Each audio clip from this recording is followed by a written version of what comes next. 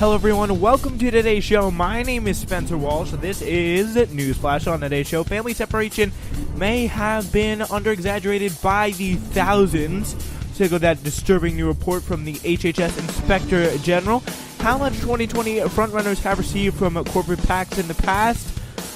Key House Democrats have just officially wimped out of holding Medicare For All hearings. We'll take them to task on that. A stupid conflict. Britain's democracy is crumbling. BS policies by the FAA uncovered by TYT investigates. A little bit of a scrum between Trump and Nancy Pelosi on the show. New revelations about Trump after Hurricane Maria. Karen Pence and Richard Ojeda sends us off into the weekend with some fire. That is on our show today. So we're going to get right into it right now with the new revelations now that the Trump administration most likely separated thousands more children from their parents at the Southern border than was previously believed, according to a report by government inspectors released on Thursday. The federal government has reported that nearly 3,000 children were forcibly separated from their parents under last year's zero-tolerance immigration policy. So they said 3,000 was what it was. Under which nearly all adults entering the country were prosecuted, and any children accompanying them were put into shelters or foster care, as I'm sure you know. But even before the administration officially unveiled the zero-tolerance policy in the spring of 2018, staff of the U.S. Department of Health and Human Services, the agency that oversees the care of children in federal custody, had noted a sharp increase in the number of children separated from a parent or guardian, according to the report from the Office of Inspector General. So this was apparently going on before they started this official policy, and I mean the question is it still going on now? And that's going to be a very interesting thing to get into and possibly discuss. But I don't know. I feel like we would know if it was going on right now based on the just, again, incredible amount of scrutiny that was on the border that has kind of started with this family separation thing. They really intensified it with the family separation thing. It never really cooled down and is right back on it with the debate over the wall funding that we're seeing right now. So it's a big situation that continues to go on. But even before the administration officially unveiled this, again, zero-tolerance policy, we still had that problem. As of December, the department has identified 2,737 children who were separated from their parents under the policy and required to be reunified by a federal court order issued in June 2018. But that number does not represent the full scope of family separations. Thousands of children may have been separated during an influx that began in 2017 before the accounting required by the court, the report said. Thus, the total number of children separated from the parent or guardian is now unknown. Because of a lack of coordinated formal tracking system by the Office of Refugee Resettlement, arm of the Health and Human Services that takes in children. But this is probably one of the worst governmental offices, worst run governmental offices there is right now in the history of governmental offices, because we got Scott Lloyd running it right now. He's the guy who's like, yeah, you can't have an abortion, even in any case. We're lying to you about whether you can have an abortion. And we're going to misinform you on that. We're going to advise you down all these bad paths. We're going to treat you awfully. And I mean, yeah, Office of Refugee Resettlement absolutely sucks. But about that OR that takes in children now, and the Department of Homeland Security, which was separated them from their parents. The report confirms what we suspected, said Lee Governor of the ACLU. This cruel family separation policy was way bigger than the administration let on. Whoa, what do you know there? We will be back in court and ask the judge to order the government to explain these numbers. And this should be very interesting. Now that we know this, this period that took place before 2017, before they officially unveiled this policy, I think it was like in the spring of 2017. It was taking place before then. From what I understand. So that could lead to thousands more children being separated. While the policy was framed as a decision to prosecute those who enter the United States illegally, it resulted in thousands of migrant parents spending months in agonized uncertainty, unable to communicate with their children, in many cases not even knowing where their children were. Infants and toddlers were among the children put in foster homes or migrant children shelters, often hundreds of thousands of miles hundreds or thousands of miles away from their parents were being detained under separate policies. The administration also made it difficult for relatives other than the children's parents to take the children into their homes. After a review of internal government tallies, the New York Times found that last year, more than 700 migrant children have been separated from their parents. So that was obviously the Caitlin Dickerson story that originally broke. So that was the story that's been viewed many, many times to kind of put the whole thing into focus. But now we know there's thousands of people. So on June 2018, the federal judge, in response to the ACLU lawsuit, directed the federal government to halt the separations at the border and reunite children with their parents. President Trump rescinded that same policy that month. However, the federal inspector found that separations have continued to occur. As of November, HHS had received at least 118 children that had been separated from their families since the court order. So now we know that was also happening. So before and after we officially knew about this policy, and then after we thought it was supposed to stop, 118 children as of November, Health and Human Services had received. Officials at the Department of Homeland Security, which oversaw family separations at the border, have said that they have separated families only when necessary, such as when a parent is facing serious criminal prosecution or when authorities have reason to believe that the adult accompanying the child is an appropriate guardian. This report vindicates, obviously, what the DHS has been saying. Blah, blah, blah, blah. Yes, it's DHS Katie Waldman, spokesperson for the department of the DHS, blah, blah, blah, whatever. We don't really care what you have to say because you're probably lying because you've done that before. Anne Maxwell, the Health and Human Services Department Assistant Inspector General for Evaluation and Inspection, said the separation appeared to have occurred a full year before. The separations appear to have been occurring for a full year before the court issued its court order. So they've been going on since June of 2017.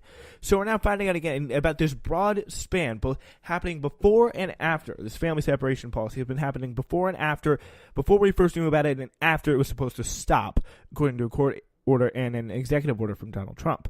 So she said, quote, in a conference call with reporters, thousands of children were separated from parents and guardians referred to the HHS and released from HHS care before the court order.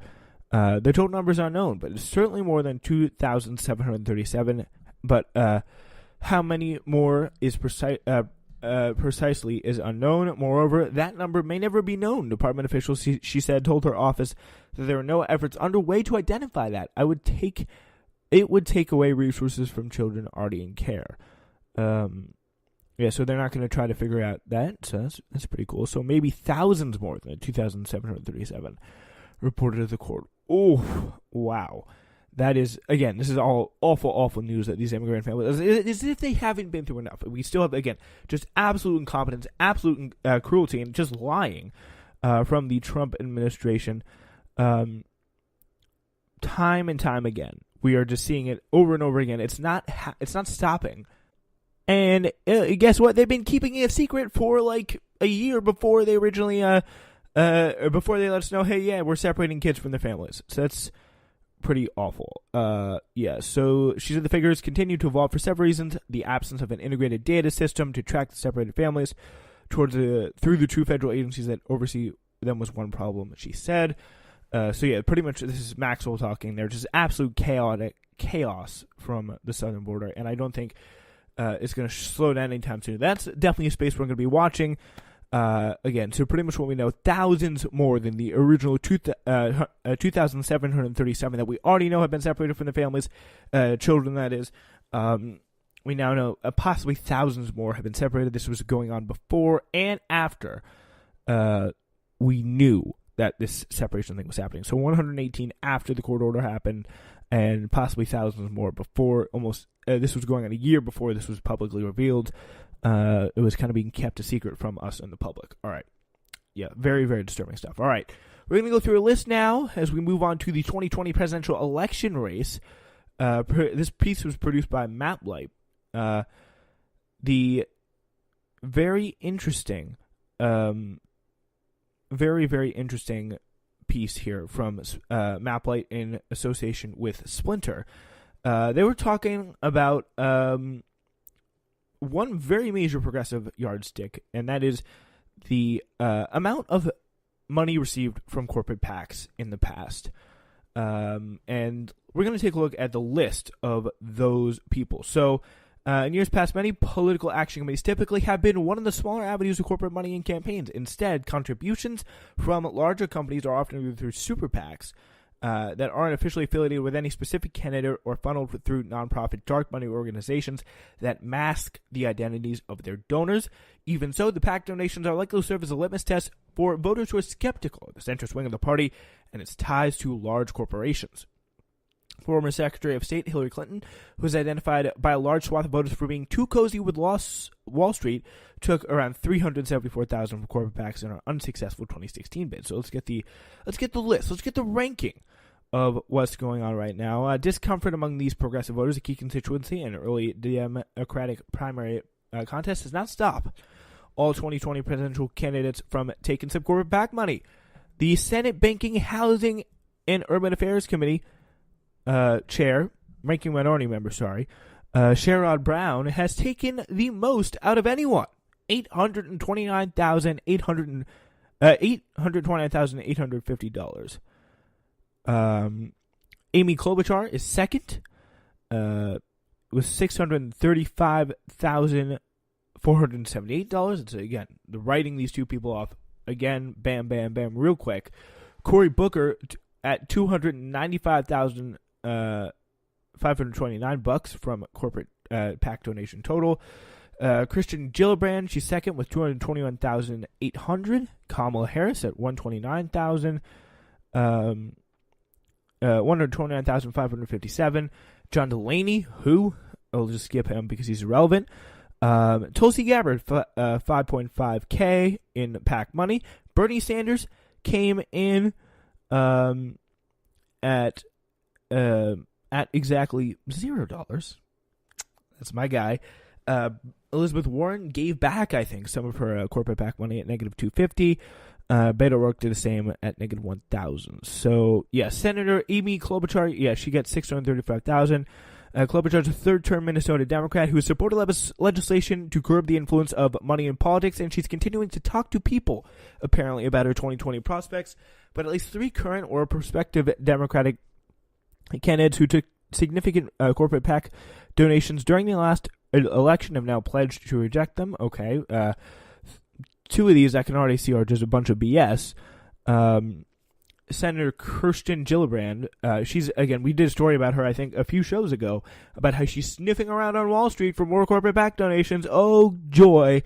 Yeah, and that's very, again, very disturbing. And they're still going to find a way to get big money into these corporations. Absolutely, for sure, no problem, no question about it. So, yeah, Kirsten Gillibrand, Cory Booker, Kamala Harris, I don't trust at all, and neither should you. Because they're going to, especially on this issue where they're taking these corporate PAC donations, that's just absolutely awful stuff.